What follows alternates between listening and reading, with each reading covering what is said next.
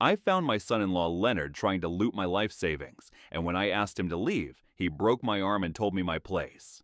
He thought he won, but he just handed a fire investigator the first piece of evidence in his own guaranteed undoing. Before continuing, write where you are from or what time it is. The house smelled like wood smoke and old coffee when I walked through the front door that Wednesday evening. My joints ached, stiff from 2 hours sitting on metal chairs at the Veterans Hall, listening to Davidson ramble about budget allocations. I dropped my keys in the ceramic bowl Elma made back when she still looked at me and smiled, and shrugged off my jacket. That's when I saw the light. My study door stood half open, a warm yellow spill across the hallway floor. I never left lights burning. 36 years inspecting fire hazards taught you habits that stuck. I moved down the corridor, sock feet silent on the hardwood, my pulse ticking faster with each step. Leonard sat at my desk, not near it, not beside it, but fully settled in my leather chair, the one I'd owned since 1987. He sat spine straight, acting like he'd bought the furniture himself. Financial documents, bank statements, investment summaries, the property deed covered the desk surface, pulled from the locked drawer I knew I'd secured that morning. He looked up without surprise, without guilt.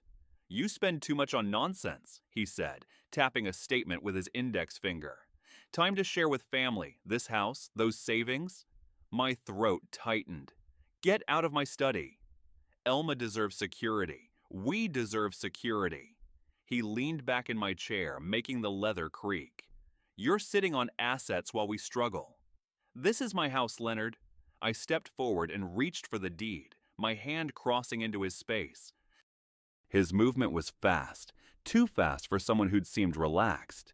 He surged from the chair, grabbed my right wrist, and twisted. The pain hit like electricity. I tried to pull back, but his other hand clamped my forearm, wrenching it in directions arms don't bend. Something inside made a sound, wet branch snapping under boot weight, and the strength left my legs. I hit the floor hard. The impact rattled my teeth, sent my glasses skittering under the bookcase. My arm was wrong, the angle impossible. Pain radiated from elbow to fingertips in waves that made my vision spark. "Dad!" Elma's voice came from the doorway. I turned my head, saw her silhouette backlit from the hallway fixture. She wore her purple bathrobe, the one Leonard bought her last Christmas. Her face was in shadow, but I could feel her looking at me. Her father, 64 years old, curled on his study floor, cradling his arm. "Dad, why do you provoke him?" Not, "Are you hurt?" Not, "What happened?"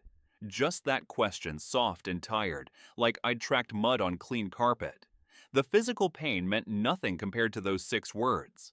My vision swam with sudden burning shame. Leonard stepped over me. His shoe passed close enough to my face that I smelled leather polish. He paused in the doorway beside Elma, looked down at me one final time. "Now you'll know your place, old man." His footsteps retreated. Elma's followed. A door closed somewhere in the house, their bedroom probably. Silence followed, thick and complete, broken only by my breathing and the creak of the house settling. I lay there on the carpet I'd steam cleaned last month, my right arm screaming, and stared at the ceiling. The overhead light fixture needed dusting.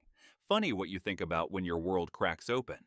But underneath the shock, something else was growing, something cold and patient.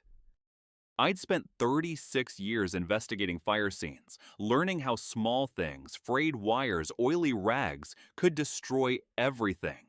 I understood cause and effect. I understood evidence. Leonard thought breaking my arm would break my will. He was wrong. I'd built cases against arsonists who believed they'd planned perfectly. The pain in my arm was real, immediate, demanding, but it was also the first piece of evidence in Leonard's undoing. I finally pushed myself to a sitting position, using my left hand against the floor. The room swam briefly, then steadied. My phone was in my jacket pocket, hanging in the entryway. I had to get there. I stood slowly, carefully, every movement sending fresh pain through my arm.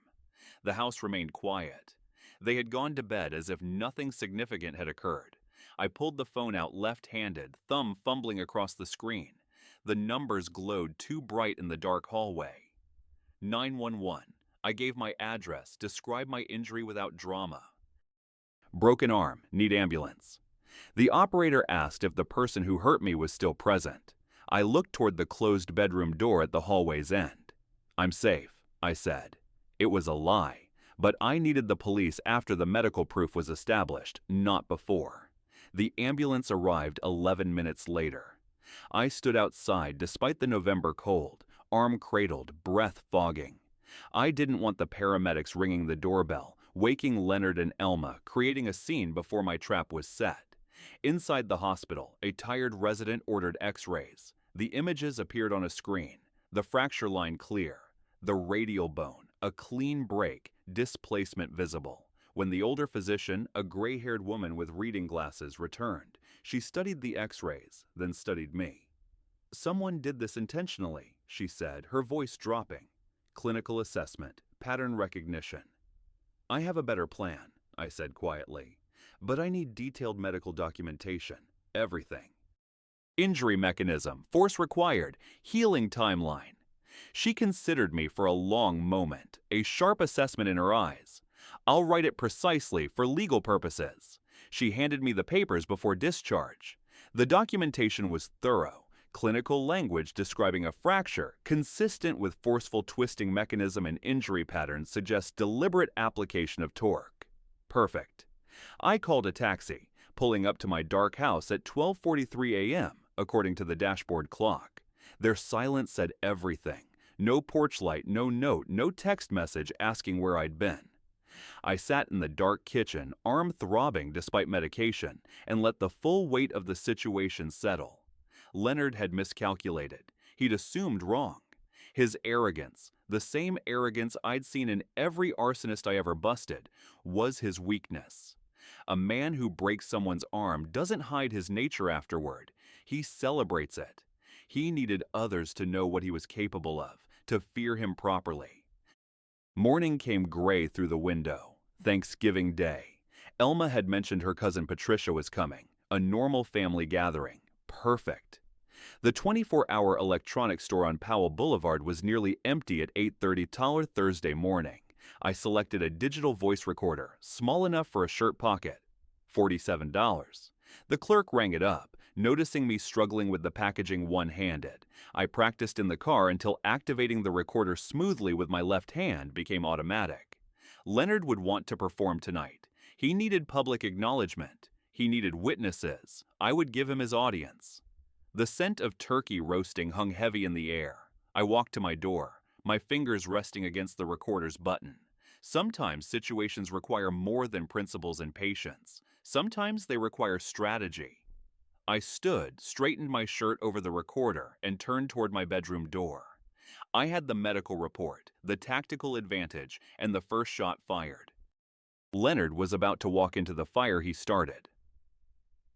The house was already packed. Patricia's high-pitched laugh mixed with the deeper rumble of male voices. Elma's dental colleagues had arrived too. The front door opened and closed again as Robert from next door came in. The house filled with normal Thanksgiving sounds, dishes clattering, the oven timer chiming, the scent of roasting turkey masking the tension. I sat on my bed edge, right arm throbbing despite the medication, and pressed the recorder button with my left thumb. The red light blinked once. Recording. I slipped it back into my shirt pocket, the small rectangular weight comforting. Let them settle. Let the wine flow. Let Leonard's confidence build. The dining room gradually filled. I heard chairs scraping, conversations overlapping, Elma directing people to seats. I could picture the setup. Turkey at the center, side dishes radiating outward, Leonard at the head, my head until yesterday. I stood slowly, testing my balance. I opened the door and walked down the hallway. My footsteps were quiet, but audible. The conversation didn't stop immediately. It took a few seconds for people to notice movement in their peripheral vision, to turn and look. The dining room fell silent. 8 faces looked at me. Leonard at the table's head, wine glass halfway to his mouth. Elma beside him, expression freezing. The cast was impossible to miss, blue fiberglass stark against my dark shirt. I walked to the empty chair at the foot of the table and sat. I reached for my water glass with my left hand. Took a sip. The recorder pressed against my ribs, capturing the uncomfortable silence. I picked up the fork left-handed, stabbed clumsily at the turkey on my plate. The meat slid away. I tried again. Pain shot through my right arm, a sympathetic response to the left hand's awkward movement. Sylvester! Robert cleared his throat. His wife touched his arm, warning, but he continued anyway. What happened to your arm? Everyone looked at me. I sat the fork down carefully, met Robert's eyes, and said nothing. The silence stretched. Elma shifted in her seat. Leonard took a long drink of wine. Robert, let's just enjoy the meal. Elma's voice was tight. But Robert had already asked. The question hung in the air, impossible to ignore now. Patricia looked between me and Elma. Is everything okay? Elma's expression hardened. She looked at Leonard, then at me, then back to the table. When she spoke, her voice carried that same cold flatness from the night before. My husband taught him a lesson. Dad didn't understand who makes decisions in this house. The dental colleagues exchanged glances. Patricia's fork stopped halfway to her mouth. Robert's wife inhaled sharply. Leonard set down his wine glass. The alcohol had flushed his cheeks red, loosened whatever restraint he'd maintained. He leaned back in my chair with a smile. The old man thought he was in charge. His words came loud, confident. Had to show him he's not. Time he learned his place around here. Patricia started to respond, but Leonard cut her off with a raised hand. Don't start with me about respect. This is my house now. He lives here because we let him. Robert stood halfway. Leonard's voice rose, cutting over him. The truth? Yeah, it is. Broke his arm good. Maybe now he'll think twice before getting in my face. The recorder caught every syllable, every boastful word, every arrogant declaration. I remained perfectly still, barely breathing, letting Leonard perform. You all looking at me like I'm the problem here? Leonard gestured with his wine glass, sloshing liquid. Man's got to establish order in his own home. That's all this was, order. I said nothing, just watched, calculated. 10 minutes had passed since Leonard started talking, maybe 12. The sound of the front doorbell rang sharp, official, not the casual ring of arriving guests. Everyone froze. Leonard's smile didn't fade immediately. It took him a moment to register the sound, to process its implications. Then confusion crossed his face, replaced quickly by irritation. Who's that? He pushed back his chair, stood. We expecting anyone else? Elma shook her head, uncertain. The doorbell rang again, insistent. Leonard walked toward the front door, steps heavy. I heard the deadbolt turn, the door open. Yes. A woman's voice, professional and clear. Leonard Harper, I'm Detective Carolina West, Portland Police. We need to speak with you. The temperature in the dining room dropped 20 degrees. Leonard's voice carried from the entryway, confusion giving way to defensive aggression. What's this about? May we come inside? A pause, then footsteps, multiple sets moving toward the dining room. Leonard appeared first, face tight, but still trying to project control. Behind him came Detective West, mid-40s with steel gray eyes, and a uniformed officer carrying a tablet. The detective's gaze swept the table, landed on me, specifically on my cast. Recognition flickered across her expression. I stood. The movement hurt, sent fresh pain radiating from elbow to shoulder, but I kept my face neutral. The detective stepped closer. Mr. Gibson. I nodded. She looked at the assembled guests, then back to Leonard. Professional courtesy, establishing hierarchy without words. I reached into my shirt pocket with my left hand, pulled out the recorder. With my other hand, awkward and painful, I lifted the medical folder I'd positioned on the side table hours ago. Everything is here. I extended both toward her, the injury report and his confession. Detective West took the folder first, opened it, scanned the discharge papers. The diagnosis was clear, professionally documented. She took the recorder, pressed play. Just a few seconds. Leonard's voice emerged, tiny but unmistakable. Broke his arm good. Maybe now he'll think twice. She stopped it, looked at Leonard. Is this your voice? Leonard's confidence cracked. That's not... It was an accident. He fell. I was trying to help him up. And everyone at this table heard you boast about it just now. Detective West's tone remained level. She looked at Robert. Is that correct? Robert met her eyes, nodded once. Patricia added quietly. We all heard it. Leonard's face changed again. The wine-fueled bravado evaporated, replaced by calculation. He was seeing the trap now, understanding too late that every piece had been positioned deliberately. Leonard Harper. Detective West closed the folder. You're under arrest for assault in the second degree, causing substantial bodily injury. You have the right to remain silent. Wait, hold on. Leonard stepped backward.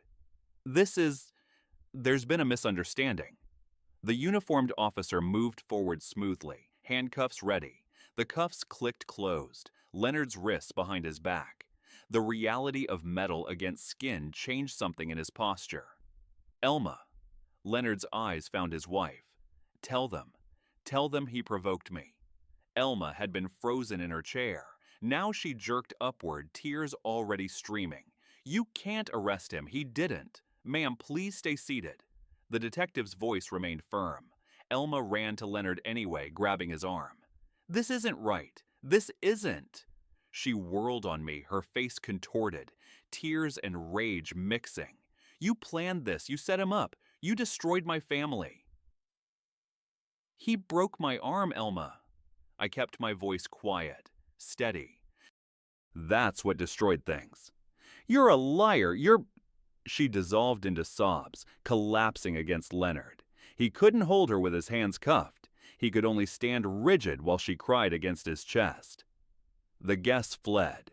The two dental colleagues grabbed purses and bolted. Robert paused at the door, looked back at me, and gave a small nod, acknowledgement, maybe approval, before following his wife outside. The uniformed officer guided Leonard toward the door.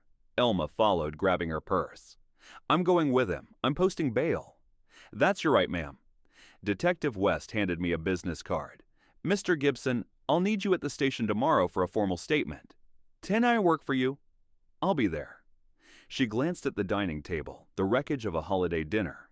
For what it's worth, you build a solid case. They left. The door closed. The house fell silent, except for the furnace clicking on, pushing warm air through the vents. I stood in the dining room, surrounded by untouched food, the turkey congealing. I wasn't hungry. I reached up and carefully pressed the record button on the device in my shirt pocket. The red light went dark. I had the full performance, including Elma's accusation, preserved. The police station smelled like burnt coffee and floor wax. I told Detective West the story, start to finish. She paused when I finished, tapping her pen against her notes. The bail was set at $15,000, she said. Your daughter posted it this morning, from a joint account. My chest tightened, the account I'd helped them open. He's back home, I stated. Released around 9 this morning pending trial. She paused. When we ran Leonard's background, we found a prior complaint. Workplace incident 2 years ago. Aggressive confrontation with a coworker. No charges filed because the coworker didn't want to pursue it, but it's documented. He'd done this before. Establishes a pattern.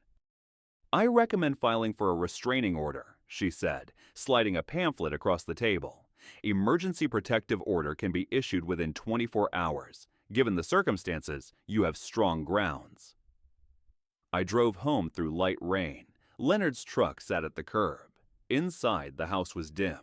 Leonard stood in the living room, arms crossed, pacing.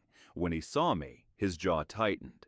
We stared at each other. 10 seconds of coiled silence. From the bedroom came the sound of Elma crying. Soft, continuous, exhausted crying. Leonard's eyes narrowed. He took one step toward me, then stopped. Calculation crossed his face. He was learning. The handcuffs had taught him something about consequences. But learning isn't the same as changing. He turned toward the bedroom, but paused at the doorway, looked back. You think you're smart, old man. His voice was low, controlled rage. This isn't over. He disappeared. The next morning, I called Jonathan Preston, the attorney recommended by the bank manager. The consultation fee was $350. I wrote the check left-handed, my signature a scrawl. Preston outlined the strategy, a restraining order followed by permanent. Install security cameras, document every interaction. The violence gives us leverage we wouldn't normally have, he said. We build a case so strong they can't argue, make it impossible for them to stay.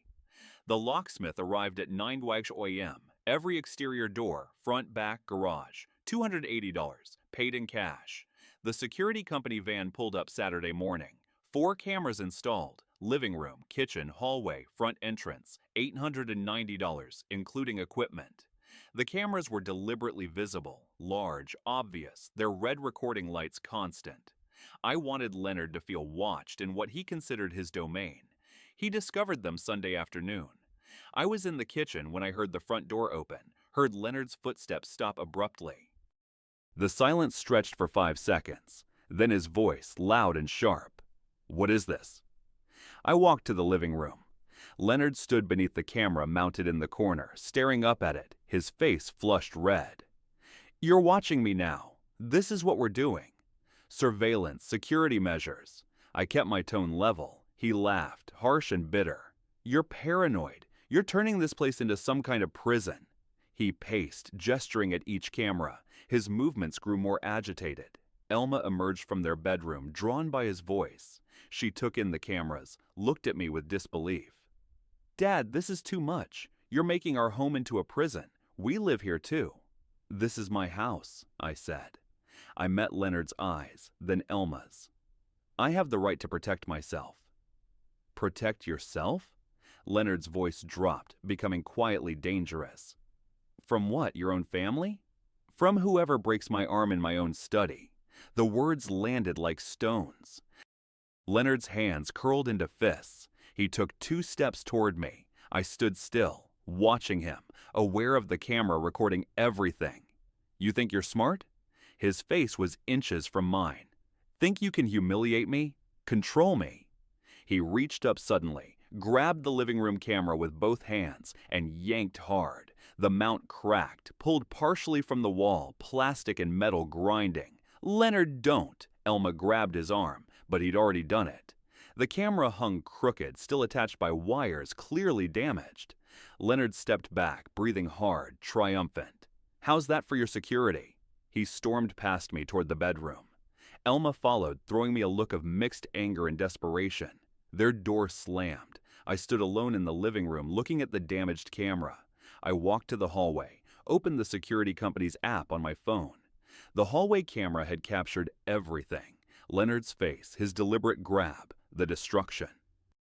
I downloaded the file to a USB drive, pocketed it, and grabbed my keys. At the station, Detective West watched the footage. Property destruction by a defendant out on bail. She made notes. "I'll add this to his file. It won't help his case." That's what I figured. She looked at me over her reading glasses. "The restraining order hearing is in 3 weeks. Until then, be careful."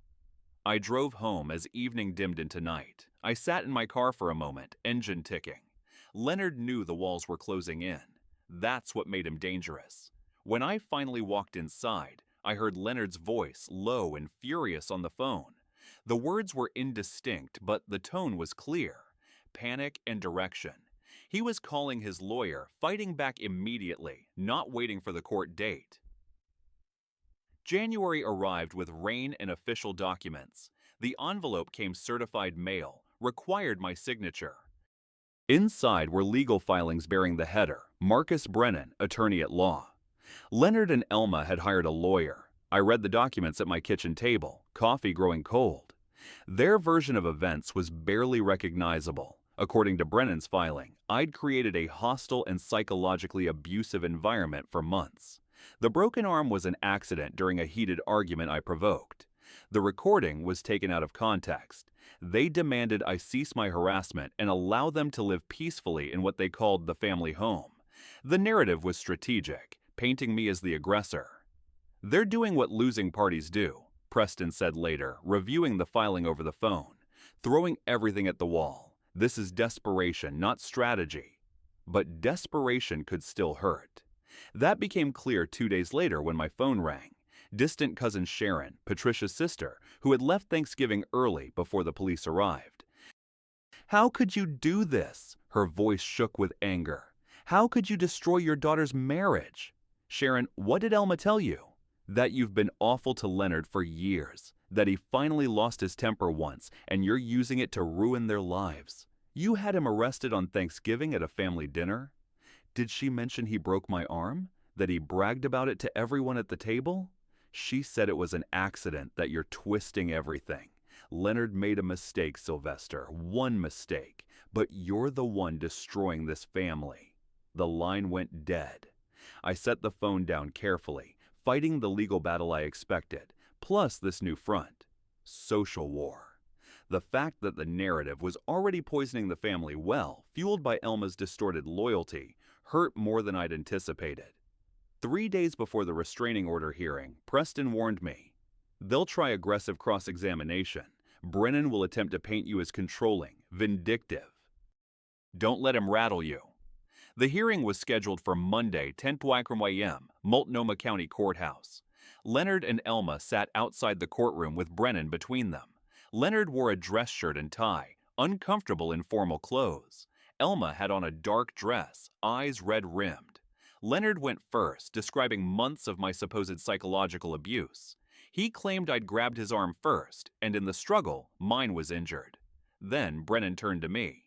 "Mr. Gibson, isn't it true you resented your daughter's marriage? That you wanted them out of the house? Wanted control of your property without interference?"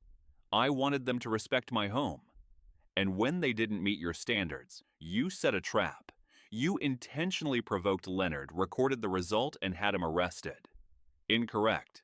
I recorded Leonard bragging about breaking my arm. That's not a trap. That's documentation." Preston stood. He placed the medical records on the evidence table. The doctor's notes were read aloud. "Injury pattern consistent with deliberate application of significant twisting force. Accidental injury of this nature extremely unlikely." Then the recording played. The entire Thanksgiving conversation. Leonard's voice filled the courtroom. "Broke his arm good. Maybe now he'll think twice." Elma wiped tears silently. Leonard stared at the table. Preston presented written statements from Robert and 2 other guests. Robert's testimony was clear. Mr. Harper was boasting about the assault without remorse or justification. Judge Maria Santos reviewed the documents methodically. "Mr. Harper, your own words condemn you." She set down the papers. "This court finds sufficient evidence of assault to issue a temporary restraining order." Leonard's knuckles went white. For a period of 6 months, Leonard Harper is ordered to maintain a distance of no less than 100 feet from Sylvester Gibson at all times. Furthermore, Mr. Harper must vacate the residence at my address within 48 hours. Personal belongings may be retrieved with police escort only. Brennan started to object. Judge Santos raised one hand. "The evidence is overwhelming, Counselor. Order is granted." The gavel struck once. Leonard's face darkened with contained rage. Elma clung to his arm, crying openly. We exited through the side door. On the courthouse steps, Preston said, "That's the first real victory." Across the plaza, Leonard and Elma emerged with Brennan. Leonard stopped, looked directly at me across the distance, pure hatred in his eyes. He pulled out his phone and started dialing even as Elma tried to speak to him. 48 hours to pack. This was going to be ugly. 48 hours. Leonard took every minute of them, waiting until Wednesday afternoon with 2 police officers standing on my porch. I watched from the living room window as he loaded his truck with garbage bags and cardboard boxes. Elma helped, carrying boxes while crying silently. Leonard found a studio apartment, $850 a month, according to what I overheard Elma tell someone on the phone. When she returned that evening alone, she avoided my gaze and went straight to her bedroom. February arrived, cold and gray. Elma stayed in my house, but we existed like strangers. She left early, returned late, spent hours behind her bedroom door talking on the phone. Leonard's presence was unmistakable in her defensive, pleading tone. I couldn't force her out, but I couldn't live in this hostile limbo. I spent the evening drafting a simple agreement, $400 monthly toward utilities, absolute prohibition on Leonard entering the property. That evening, I found Elma in the kitchen making tea. I handed her the paper. She read it, jaw working. "You're charging me rent? In my own home? These are the terms if you want to stay. You're an adult. Contributing to household expenses is reasonable. $400. She stared at the paper. Leonard's studio was too small for both of them. Her money was going elsewhere, to him. She was trapped. She grabbed a pen and signed with a shaking hand, not looking at me. Later that night, I heard her voice through the wall. "He's making me pay rent. No, I signed it. I had no choice." A muffled response from Leonard. "I know. I'm trying." Her voice cracked on the last word. I lay in the dark, listening to my daughter conspire against me with the man who'd attacked me. I wondered how far Leonard's desperation would push them both. The sound of her quiet sobbing stopped me from sleeping until dawn. The next morning, an unexpected envelope arrived. It wasn't from Leonard's lawyer. It was from the city tax assessor. The official seal was crisp and unfamiliar, and the subject line was a crushing single word: Leon. The word Leon was enough to trigger every alarm bell I had. As a retired fire inspector, I knew the language of consequences. A lien meant ownership was compromised, usually due to unpaid taxes or debts. I ripped the envelope open with my left hand, sending paper shards across the counter. The document stated the city had placed a $1,980 $50 lien against my property for outstanding utility and water bills dating back almost 2 years. The dates corresponded exactly to when Leonard and Elma had moved in. I called the city immediately. The clerk confirmed the utility account had been switched to tenant responsibility 2 years ago, a signature I didn't recognize but which must have been Leonard's, using my address to establish credit. He hadn't paid a dime since. He was using the house not just for shelter, but as a financial shell game. I called Preston, explaining the situation while pacing my kitchen. He didn't pay the water bill. He put the utility account in a separate name, tied to the property, and let it accumulate until it reached the legal limit for a lien. "This is classic financial exploitation," Preston said, the distaste clear in his voice. "He was running up debt under the house's umbrella. The amount is small, but the maneuver is huge. It shows intent to damage the asset. I need you to pay the $1,985 immediately and send me proof." I paid the lien online. The charge hit my card instantly, another price paid for Leonard's residency. The emotional price, however, was still unfolding. March came with the first crisp hints of spring. Elma made her first $400 payment on the first, cash crisp from an ATM. She handed it to me with a look of pure resentment. I knew the money hurt her. Dental office administrators made decent money, maybe $50,000 a year, but not enough to comfortably pay me, help Leonard with his $850 rent, and cover her own expenses. I'd seen her leaving earlier in the mornings lately, coming home after dark. She was chasing money that vanished as fast as she earned it. The exhaustion showed in the tremor in her hands when she poured coffee. 2 weeks into March, the walls betrayed secrets. Leonard's voice erupted from Elma's bedroom. Not words exactly, just volume and fury penetrating the plaster. He was yelling at her, the anger unmistakable. Elma's voice responded, quieter, defensive. The tirade continued for several minutes. I sat frozen, book forgotten, listening to my daughter take verbal abuse from the man she'd chosen over me. Then, silence, sudden and complete, followed by Elma's muffled crying through the wall. I didn't intrude. I just sat with the knowledge that Leonard's true nature was finally revealing itself to her, and prayed she was paying attention.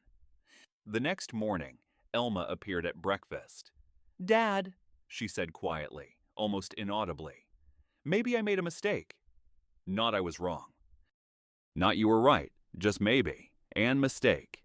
The smallest crack in 2 years of absolute loyalty to Leonard. I walked to my daughter, wrapped my arm around her shoulders. My right arm finally healed enough for gentle embraces. She tensed, then collapsed against me, crying. "I don't want you to suffer, sweetheart." I kept my voice soft. "I just want both of us to be respected." She cried harder, but didn't pull away. That fragile moment, a tiny sliver of hope, was the most expensive thing Leonard had cost us. That afternoon, I met Preston. The criminal trial was 1 month away. My investigator pulled Leonard's financial records, he said. Standard background check for trial preparation. What we found is illuminating.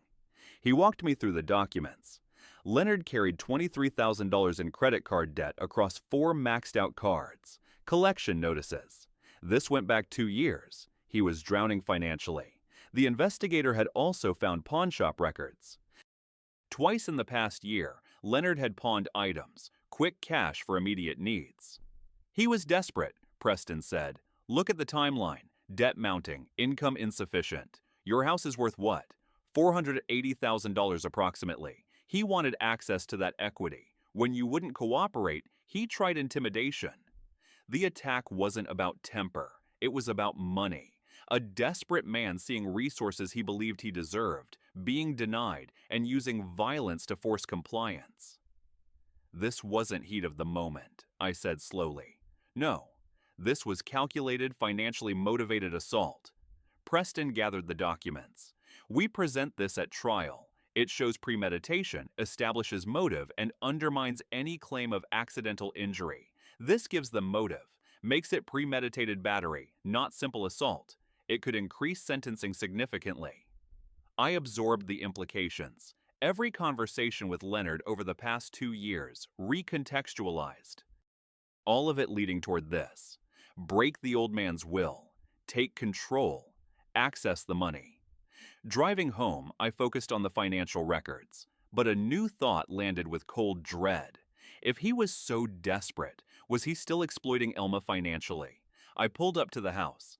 Elma's car sat in the driveway. I found her in the kitchen making dinner. A tentative truce, not warm, but not hostile. That night, after Elma went to bed, I couldn't shake the feeling. I pulled out my old laptop. I still had the passwords for the joint checking account I'd helped them open years ago. I knew I shouldn't, but the financial lien had changed the rules. I logged in, bypassing the 2-factor request sent to the number I still controlled. The balance was shockingly low. Worse, the recent transaction history showed 4 large withdrawals over the past month, totaling $3,500. They were marked as ATM cash withdrawal, all from the same location near Leonard's studio apartment. But the final entry, timestamped 10:17 p.m. tonight, was chilling. An attempted transfer of $10,000 to an account named B. Harper. His account. The transfer was flagged and pending, requiring manual review by the bank. Leonard was making a desperate move to strip the account, and Elma was either complicit or utterly blind. I looked at the pending transfer, my heart hammering against my ribs. I had maybe 3 hours until the bank opened and manually approved the transfer. I had to stop that money from leaving the account. I stared at the pending transfer. $10,000 to Leonard's account. $10,000 he didn't earn. Money Elma was blindly allowing him to take, or that he was taking in secret. The clock was ticking. I had maybe 3 hours before the bank's operations team reviewed and approved the large outgoing wire. I couldn't call the police. This was financial manipulation, not assault. I couldn't call Elma. She was asleep, and confrontation would trigger more denial. I called Carol Hendress, my bank manager, at her home number. It was 1:15 a.m. Carol, I am so sorry. This is Sylvester Gibson. I need an immediate favor, a financial emergency involving the shared account. Her voice was thick with sleep, then sharpened with concern. Sylvester, what is it? I explained the fraudulent lien, Leonard's prior financial desperation, and the pending wire. He is attempting to empty the joint account, possibly without Elma's full knowledge, before the criminal trial.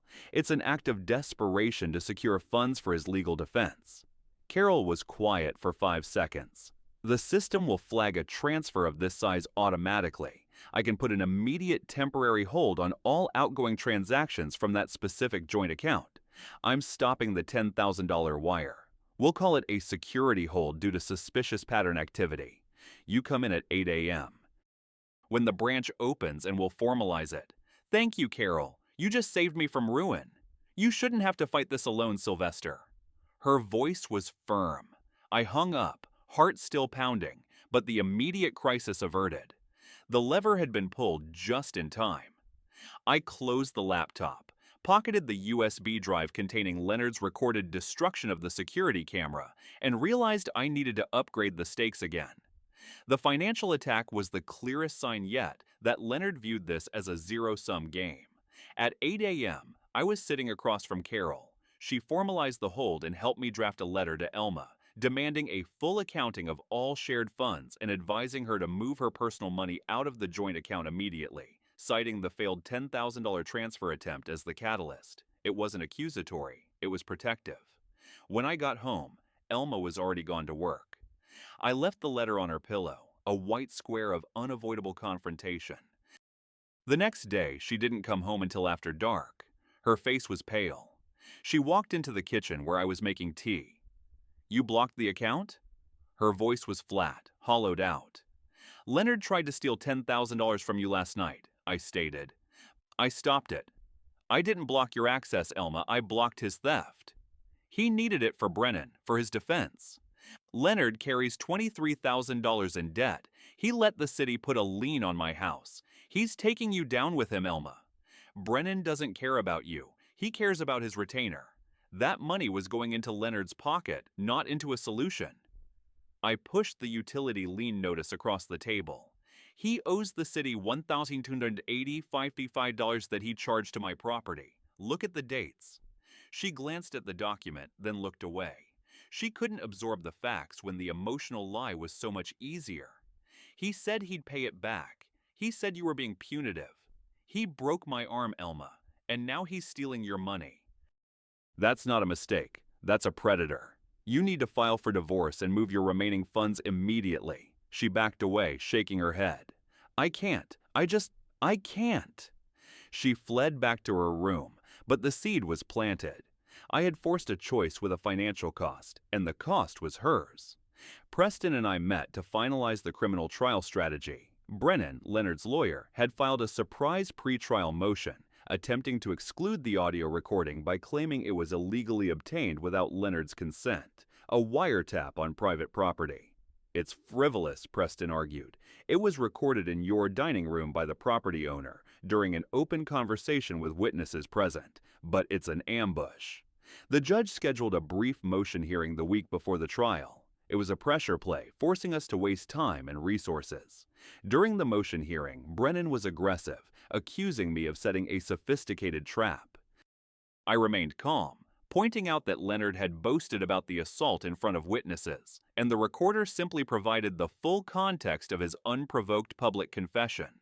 Judge Reynolds, the one presiding over the criminal trial, was unimpressed by Brennan's theatrics. She reviewed the witnesses' signed statements and the medical evidence. She ruled that the recording was admissible. The trap had held, and Leonard's attempt to deny its existence only amplified his desperation. Later that same day, I checked the mail, another certified envelope. Inside was a legal summons. Leonard was suing me for psychological distress, humiliation, and elder financial abuse, citing my own recorded conversation with Carol about the account hold as proof of my vindictive intent. It was a last-ditch countersuit filed right before the criminal trial. The maximum penalty he sought was $25,000. Leonard hadn't just tried to steal money, he was trying to bankrupt me in return. I needed to call Preston immediately. My immediate goal, justice in court, was now under direct, massive financial threat. The countersuit for $25,000 was a predictable, desperate escalation. Leonard had nothing left but rage and Brennan's expensive legal advice. Preston was furious. "This is blatant intimidation," Preston said over the phone. "He's trying to raise the personal cost of the trial so high that you drop the charges or agree to probation. We file a motion to dismiss, citing the restraining order violation and the property destruction, but we have to hold the line. This is a game of chicken, Sylvester." My job now was to ignore the noise and focus on the April trial. The prosecutor, A.D.A. Chen, called us in for a final review of the evidence.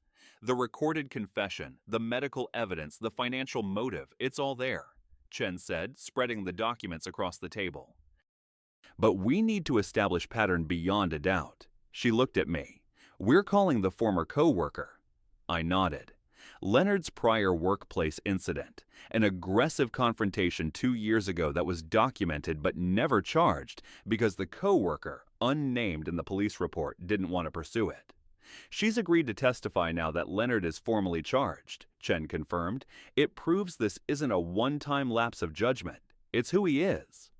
April arrived with the kind of clear morning Portland rarely offers. Blue sky, air sharp and clean. I chose the same dark suit I'd worn to the restraining order hearing. We arrived at the courthouse. The criminal courtroom was larger than the family courtroom from January. Leonard sat at the defense table with Brennan. He'd lost weight. His suit hung loose. He glanced at me once, his expression hard. Elma sat in the gallery 3 rows back, alone. She was somewhere between us, physically and emotionally. Ada Chen opened the prosecution's case methodically. First, the medical evidence, my hospital records on a screen, x-rays showing the radial bone fracture, the force required, then the recording. Leonard's voice filled the courtroom. The old man thought he was in charge, so I showed him he's not. Time he learned his place. Robert testified first, solid and clear. He was bragging about it, proud, no remorse whatsoever. The dental colleagues followed, both confirming hearing Leonard's confession. Preston took the stand as an expert witness, presenting the financial analysis. He walked the jury through Leonard's $23,000 debt, the pawn shop receipts, the timeline of mounting pressure, and my house value. This was calculated intimidation by a man desperate for access to substantial assets he couldn't otherwise obtain, Preston testified. Ada Chen then called the surprise witness, a woman named Clara, Leonard's former co-worker. Leonard's head snapped up. His eyes locked on Brennan, then darted to the woman on the stand, pure shock on his face. He hadn't seen this coming. Clara, professional in a crisp suit, spoke clearly. She described a confrontation 2 years earlier where Leonard had become physically aggressive, grabbing her arm after she refused to fudge an inventory report. He got too close, his face red, shouting about his bonus. He twisted my wrist hard. I dropped the tablet. I didn't press charges because I needed the job. But it was aggressive. It was calculated. Her testimony established a clear pattern of physical intimidation over financial matters. Leonard's defense was thin. Brennan argued family stress, momentary loss of control, requesting probation instead of incarceration. Then Chen called Elma. Leonard's head snapped up again. He'd clearly been assured she wouldn't be called. His eyes locked on her as she walked to the witness stand. Her hands trembled. Mrs. Gibson, what did you witness the evening of November 20th? Elma's voice was quiet but steady. I heard my father cry out. I found him on the floor holding his arm. Did the defendant make statements at the Thanksgiving dinner the following day? A pause. Leonard leaned forward. Yes, Elma said, looking at the jury, not Leonard. He said he taught my father his place, that he showed him who was in charge. Leonard half rose from his chair. Brennan grabbed his arm, pulled him down, whispering urgently. Leonard stayed seated, his face strained. Closing arguments concluded. The verdict was essentially predetermined. The jury returned after a short deliberation. Guilty. Assault in the second degree, causing substantial bodily injury. Judge Reynolds addressed Leonard directly. Mr. Harper, your own words recorded and witnessed condemn you. This was a violent attack on an elderly family member in his own home. Financial desperation doesn't justify violence. She outlined the sentence. 18 months imprisonment, 3 years supervised probation after release, $8,500 restitution for medical costs and compensation, and a restraining order extended 5 years post-release. As the bailiff approached with handcuffs, Leonard looked back. First at Elma, pure hatred and betrayal in his eyes. Then at me. His expression promised nothing good. The conviction was the external victory, hard-earned and undeniable.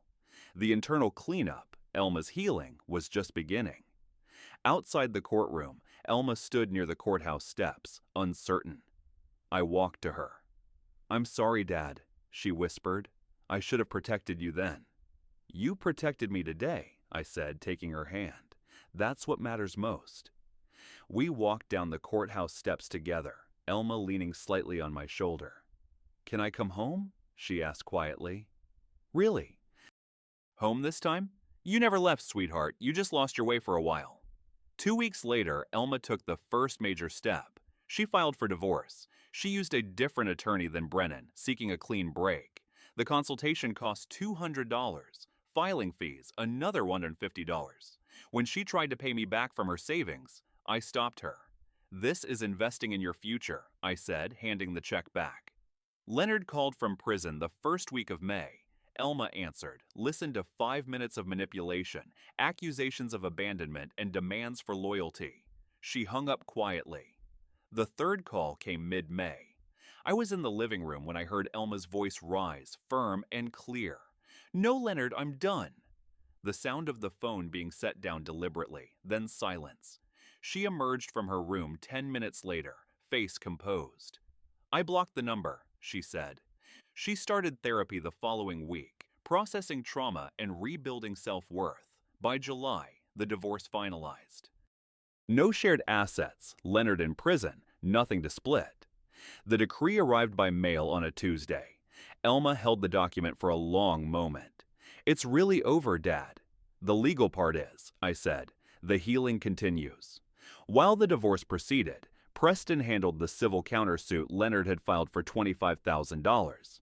We filed a motion for summary judgment, using the criminal conviction as overwhelming evidence that Leonard's claim of my abuse was malicious and baseless. The judge dismissed the countersuit with prejudice, imposing a nominal fine on Leonard's defense team for wasting court resources. But there was one final financial loose end: Leonard's $3,500 cash withdrawals from the joint account before the hold. Because the money was removed as cash and Leonard was convicted of financially motivated assault, Preston managed to secure a judge's order labeling those withdrawals as restitution immediately due to the victim, Elma Gibson. We were able to claw back that money from Leonard's remaining assets, ensuring she wasn't left holding the bag for his theft. Elma secured a new job as an office manager at a larger dental practice in Northwest Portland, a significant raise at $52,000 a year. She was honest about the recent difficulties during the interview, showing how she'd worked through them. They offered her the position the next day. I turned 65 in June. Elma made dinner. We ate on the back porch, talking easily about work and weather and ordinary things that felt precious after months of crisis. My arm had recovered to about 85% function. I started volunteering at the local senior center twice a week, helping other elderly people understand their rights, recognize financial exploitation, and know when to seek legal help. I was turning Leonard's attack into a shield for others. Elma and I no longer operated on the landlord-tenant agreement. She contributed to the household voluntarily: groceries, cooking, minor repairs, not obligation, but participation in a shared home. The major loops were closing. The criminal case was settled, the divorce finalized, the countersuit dismissed, and the stolen money recovered. Leonard was isolated. We were safe. Then, a final piece of mail arrived late in July, a legal notice regarding the bankruptcy of the investment firm where Leonard had claimed to hold certain assets. The notice wasn't for Leonard, it was for me, as a potential creditor in the countersuit. Attached was a document showing a small separate business loan Leonard had secured, tied not to my house but to a vacant lot near my property that I owned, worth only $8,000. The loan was for $4,000, and he had defaulted. The lot was now subject to foreclosure. Leonard, even from prison, was still finding ways to spread the contamination of his financial ruin. This wasn't a major loss, but it was a deliberate, final act of malice. I stared at the name of the bank and the $4,000 debt. Leonard's attempt to sabotage me, however small, was relentless. The final skirmish was over $4,000. The debt Leonard had secretly tied to my vacant lot was small, but the principle was the same. He wanted to inflict a wound, however minor, right up until the end. I called Preston one last time. He didn't need the money, Preston explained. He needed leverage, something he could threaten to destroy. Since the restraining order prevented him from touching the house, he hit the next closest asset. It took 3 days, 2 phone calls to the bank, and a single letter from Preston to resolve the matter. The bank, seeing Leonard's conviction and imprisonment, agreed to release the lien on the lot in exchange for a settlement of $3,000. I paid it. The cost was annoying, but the closure was absolute. The final legal ghost was banished. May bloomed into June, and June softened into July. The house transformed slowly, shedding its months of tension like old skin. Elma returned home, truly home. The relationship rebuilt through daily moments, talking over breakfast, sharing the cooking, quiet evenings. We mentioned Leonard or the trial less and less. We were moving beyond it. On a warm July evening, Elma and I sat on the front porch in the rocking chairs I'd brought up from the garage. Portland summer at its best, long twilight, warm air. We sat in comfortable silence, watching the sky shift from blue to orange to purple. "You know, Elma," I said finally, rocking gently, "justice exists, but you have to fight for it."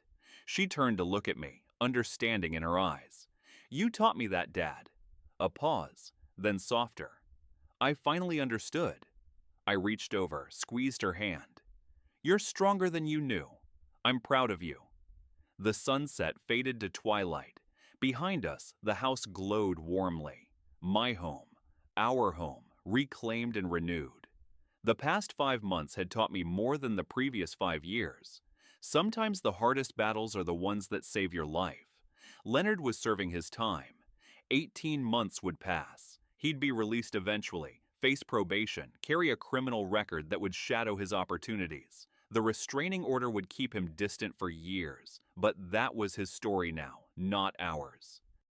Elma leaned back in her chair, relaxed in ways she hadn't been since before Leonard entered our lives. "The future feels different now," she said quietly. "How so?" "Like it belongs to me again, like I get to choose what comes next." "You always did," I smiled. "You just forgot for a while." Elma stood, stretched. "I'm going to make tea. Want some?" "That would be nice." She went inside. I stayed on the porch, rocking gently, breathing the warm July air. 5 months ago, I'd been on a study floor with a broken arm, wondering if my life would ever feel safe again. Now I sat on my porch, daughter healthy and healing, justice served, peace restored. Elma returned with 2 mugs of tea, handed me one, and settled back into her chair.